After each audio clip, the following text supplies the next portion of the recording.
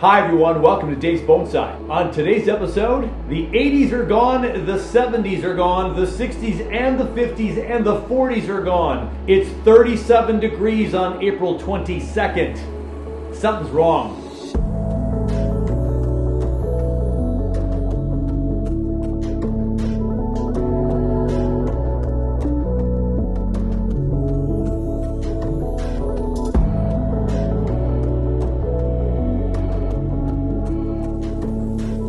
So people joke about Minnesota weather, and they say if you don't like the weather, check back in 10 minutes, at least if you live in Minnesota. Before we get back into the garage, let me just show you a couple of things that have gone on in my backyard since we hit 87 only a week or so ago. And today, 37 for the high, 22nd of April. Let's look at some trees. My taxuses are doing really well. You can see all the little buds on these trees, all really looking nice. I'm excited about the taxus. I've got my winter berry starting to get some leaves on here. We've got Jake's cotoneaster and my cotoneaster. Did you notice anything about the cotoneasters from the last time I showed you? Critters! Critters! Oh! What is up with the critters in my yard? The boxwoods are holding their own. The Siberian forest, a little bit of new growth, a little bit of critter chop, but they're okay. Here are all the boxwoods. You can see the winter burn showing up real nice now, especially on that one. Yeah, I don't know if that one's going to survive, but we'll cut out some of those dead ones and see a couple other trees.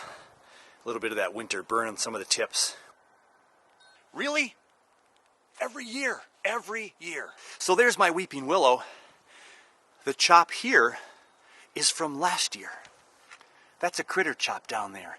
And I got this real nice arching tree, and yeah, they cut it off.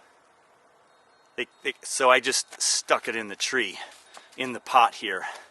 And really, what are you gonna do? We always let things grow up, and then we chop them, and then they get thicker. So we'll see what happens to the thick base. Amber maple, all the big thick twigs were taken out. But look, just look at the buds at the base of this right here. That's 15, maybe 20 buds in a 2-inch span right there. 15 to 20 buds right there. Look at all those beautiful red orangish colors right there.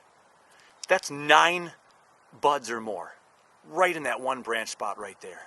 And here's what we're going to work on today. So we have the Larch Forest. These were collected from the bog on the right hand side, those 4, with the maple that just grew in here accidentally. That one's from a nursery. They're all leafing out.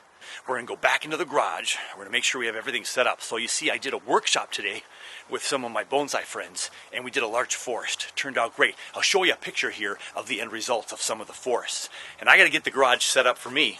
Oh wait, it's all set up. It's dirty, it's a mess, but we just got to get that beast in the garage. Let's go grab it.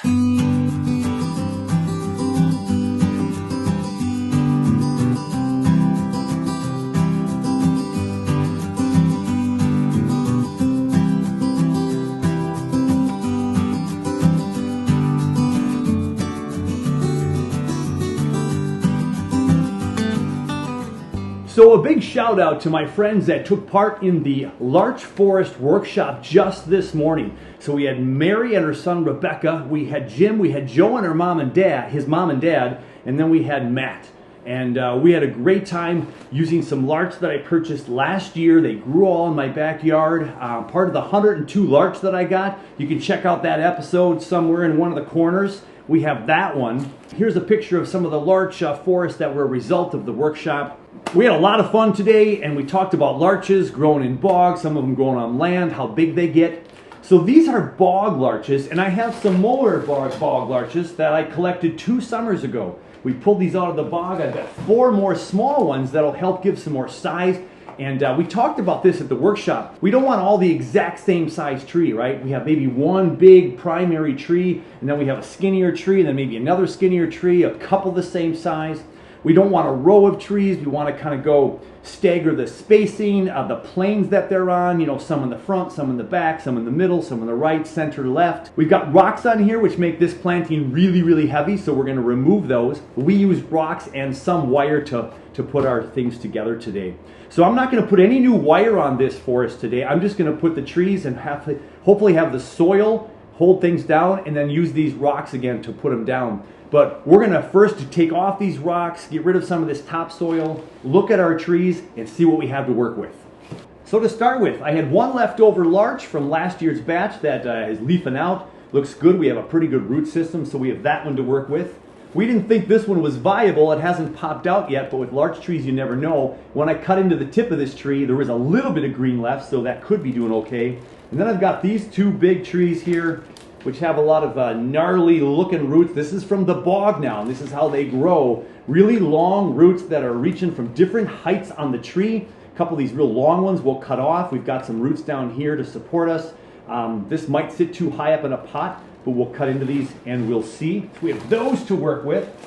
And here are the last of the ones from that little pot. So we've got a really nice looking tree right here. We've got a couple side trees here. We're going to see, that's 1, 2, 3, 4, 5, 6 trees, and I have 4 alive ones in there. That makes 10 plus this dead one, which we'll probably take out today. But you know, sometimes, like in Nigel's forest with some bog style larch and some, I believe, black spruces maybe in that one, that he left a dead tree right in there, because trees die, right? And then we have this maple that flew in from the neighbor's yard. We're going to probably take that out.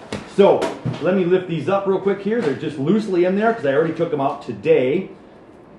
And I let my workshop attendees grab one of the bog trees. Oh, here's another one. There's 4 in here, actually.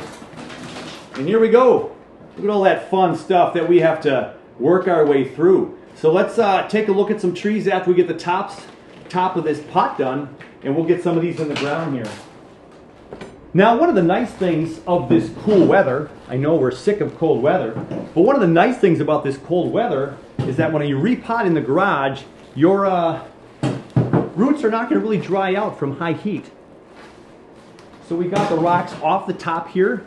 They've been there for a full 2 years, I believe, from the last time I did this planting. We'll have to look at the archives, check up here for a video for when I put this all together. So I'm going to go ahead and I'm just going to get rid of some of this forest floor here. We've got some sphagnum moss that has started to green up. We could maybe sprinkle some of this back on after we're done. But I want to remove all of the sphagnum moss to see where we have some roots in here, see where the soil meets the trees. And again, I think we're probably going to take this dead one out. We'll see. We'll just leave it there for now. So I can have the trees in the background there, just sitting back there, because they've been in moist soil all day, and we don't have any high heat or wind in the garage. So you can see we put a lot of sphagnum moss on the top of here. And we got some nice, we've got a lot of surface roots here. We got all these roots that are coming up from these trees. So they didn't dig down deep. They grew in that sphagnum moss, which is a really good technique. If you want some roots up on that surface, you get more sphagnum moss in there, you're going to be in pretty good shape. I probably will take out this maple tree. I haven't decided yet. A maple tree in the middle of a bog type planting does not make much sense, so we probably will take that out. Some of these are planted pretty high because, again, these were bog trees, so they have a very odd root structure in that they grow in all kinds of different planes of the tree. We might be able to uproot these trees in another couple of years because the soil looks pretty good here right now, not too terribly disintegrating. But we have all kinds of roots here that are still like exposed now, so we might have to put some more sphagnum moss on this planting to make it look pretty good and promote the, more of that growth. So I don't know if I'm going to move any of these trees where they are now. I'm just going to add to it. Here's an example right here of these roots that are growing on the surface. They grew really tall on this tree. I'm probably like, here's an old root right here. It was even growing this high. So in the bogs of northern Minnesota, you have really a lot of water in these bogs in like April and May, and then it goes down. There's still water in June and July, and then maybe August it's maybe dry where you can walk on it more with just boots up to your calves. I think we'll take this one out. Yeah, that's barely in there.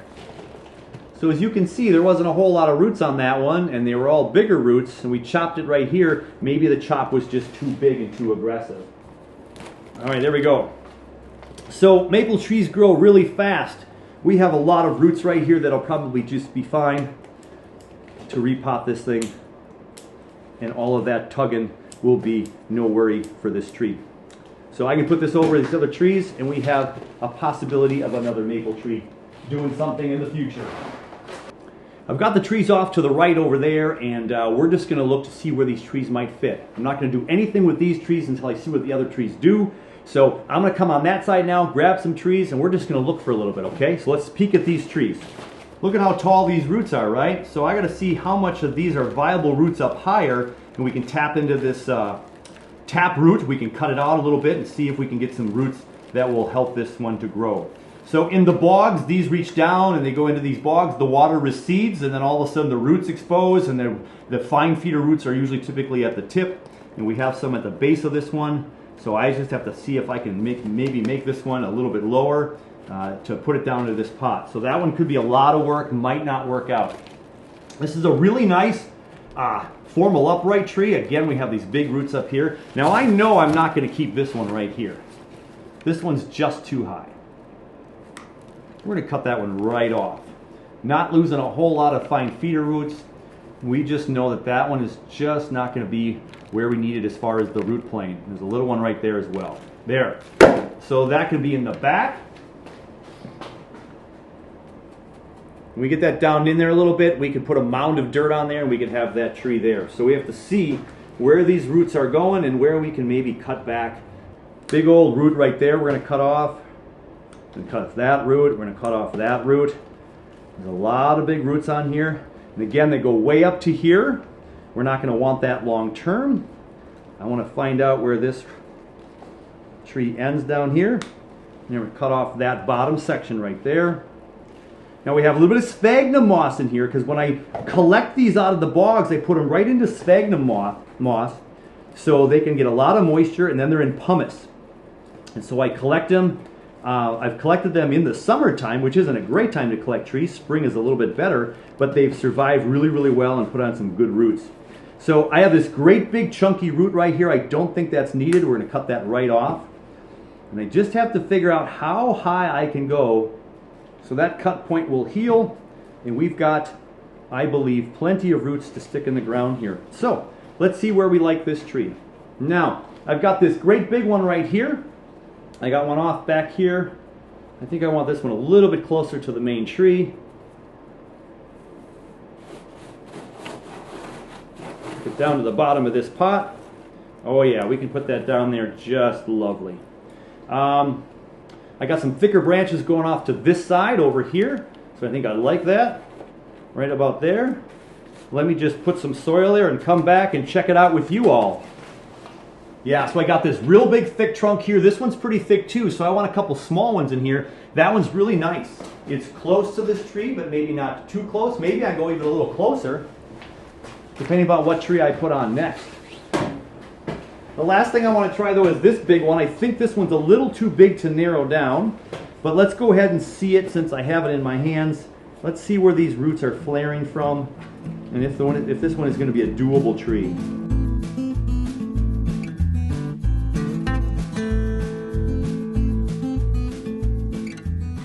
Now I have a tree that has some scraggly roots, some fine feeder roots, and can we put this one somewhere here tucked in next to these other trees that are growing, right?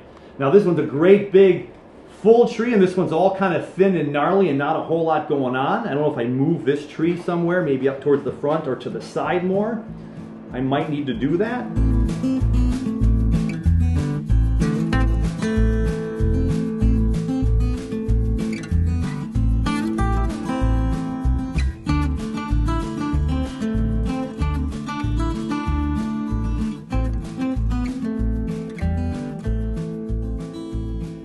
Now, one of the things I told the folks from the workshop today is that, usually with bonsai trees, with our big roots or big trunks, we have one trunk, and we're always going for that root flare and 365-degree root flare. Now, I want good roots on this forest planting, but this is a forest planting, so it's going to be all kinds of trees all crammed together. And this might need a rock for support right now. So we don't worry so much about the root flare per se, as we want to have a really nice composition of trees. So let's pull back and see what that did. Yeah, so I've got 4 trees here with this nice little small young guy right here, and maybe it just needs to come a little bit more this way. Let me get that rock in there to hold it in place. All right.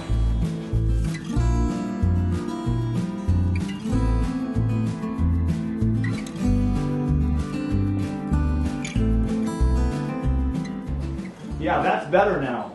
So see, I have the big main tree, I've got this thick one back here and a thin one back there. It's all able to be seen, and I've got these trees right here. And whether I can fit one of these bigger ones even more back here, we've got 5 trees right now, so I would want maybe 7 over here, and we maybe get 3 to 5 over here.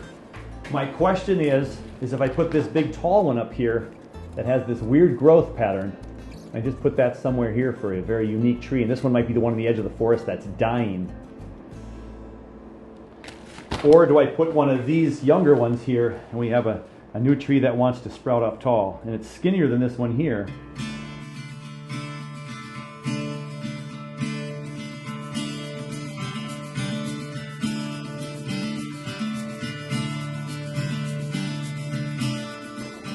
I have 7 off to the right here with the main tree here. This was the other main tree, and that big one back there. This is a nice grouping of 7 trees. I just like how you can kind of walk through this forest a little bit. It's real big. I like that we have the real small one up front, a real big one here, and a nice tiny one in the back. And then that stick of a tree back there is still growing, still alive, but it's just kind of an old tree that could die someday, but that's okay. And then I have the 3 over here, which look pretty good the way it is right now. I think I could just put some more soil in there and hold those into place a little bit better. Now I have a little bit of a leaning forest here. They're leaning to the left, and over here they're more straight up with one leaning to the right, but I like that. I like how we have some straight and some leaning. They're not all the same direction. They're not all the same shape. There's some front, back, left, and right. My only question is if I just leave it right there. Right now I'm liking the composition of the forest really, really well. I just need to know is if I'm going to add another tree over here. I like this clump of tree. It looks like it's breaking away, and we have a nice path right here. So I'm really tempted to just leave it alone and get some more soil on here and make these trees more permanent. I do have one more tree that this could be all by its lonesome in another pot. We'll just put it in a different forest or something, and we'll see what this one can do maybe later, because I just think if I put this here, it's forcing it. If I put a tree, it's forcing it. I've got this nice clump of 7, and then of course if you have 7 and 10, 7 and 3, that's 10. That's 10 trees. It's not odd anymore, not an odd number of trees, but you've got the clumps, odd, and it looks pretty good, because we like odd trees in our forests, and we like them to be different sizes and spaces, and I really like this, and I think we could leave it like that. We can get a nice rock in the middle for some design. So let me get some soil for this, and we'll just kind of tidy this up a little bit.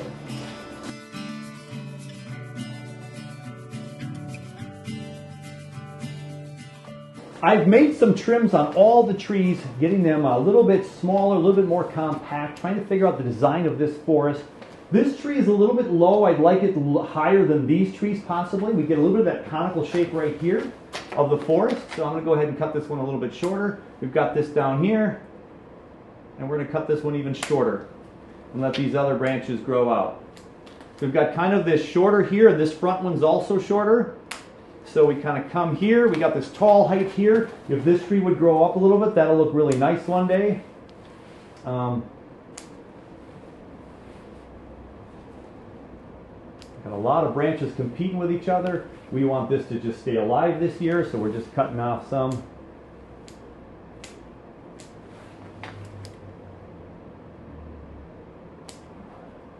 Nice.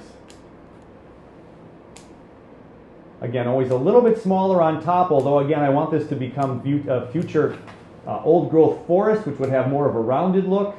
But right now these are kind of competing with each other. We'll spread out the energy.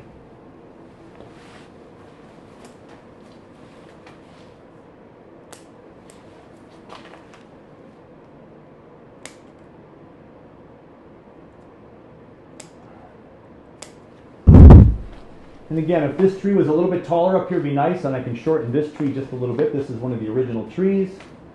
We want to get that, there we go. We don't want thick coarse on the top. But again, I am striving for this to be a little bit more of a cathedral style, or you know, that candelabra.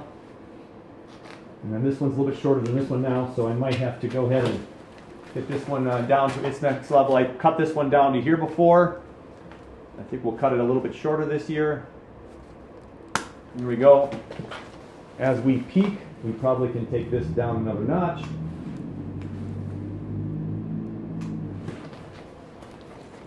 So it's shorter than this one, shorter than this one. So we have kind of our nice forest here, with hopefully this one growing up a little bit taller. And again, we can have more leaves in here because we have this walkway in here. So I think we're in a good spot to bring it out on the bench, get this thing some water. It's nice and moist throughout the soil, but the top's not watered. So we'll go ahead and give this just a little bit of moisture for this first flush of growth for the spring. I changed my mind because of the low temperatures in the next couple nights, still hovering around that freezing mark. I don't want to risk these trees with some of the root pruning we did having not enough strength after all this stress. I want to keep it in the garage for the next couple of nights. We've got temps down into the upper 20s for the next couple of nights, which is crazy for this time of year for us. Our average high should be 60 degrees Fahrenheit about now. Lows should be above freezing, more in the 40s.